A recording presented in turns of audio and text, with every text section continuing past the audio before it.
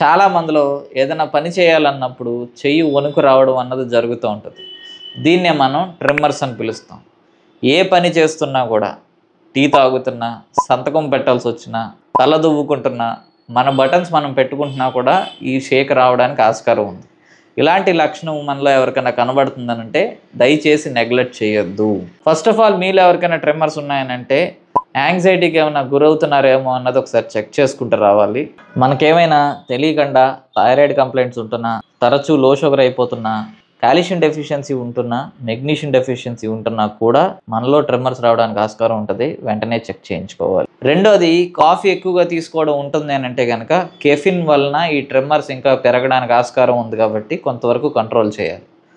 మూడోది వచ్చేటప్పటికి ఏంటంటే మనలో ఏమైనా B12 డెఫిషియన్సీ ఉందేమో అన్నది ఇమీడియట్గా చెక్ చేయించుకోవాలి. ఒకవేళ B12 తక్కువగా ఉందనంటే దానికి సంబంధించిన సప్లిమెంటేషన్ని ఇమీడియట్గా స్టార్ట్ చేయాలి. నాలుగోది వచ్చేటప్పటికి ఫ్యామిలీ హిస్టరీలో ఏమైనా బ్రెయిన్ రిలేటెడ్ కంప్లైంట్స్ కానీ, పార్కిన్సన్స్ డిసీజ్ కానీ ఏమైనా ఉందేమో అన్నది చెక్ చేసుకోవాలి. ఐదోది అతి ముఖ్యమైనది, మనం దీర్ఘకాలికంగా ఏదైనా మందులు వాడుతున్నామా, ఆ మందులకి ఏమైనా సరే సైడ్ ఎఫెక్ట్స్గా ట్రిమ్మర్స్ స్టార్ట్ అయినాయేమో అన్నది చెక్ చేసుకోవాలి. ఈ ట్రిమ్మర్స్ అనే కంప్లైంట్ని ఎంత ఎర్లీగా డిటెక్ట్ చేయగలుగుతామో అంత ఎర్లీగా మనం కంప్లైంట్ని కాంప్లికేట్ అవ్వకుండా రికవర్ చేసుకోగలుగుతాం.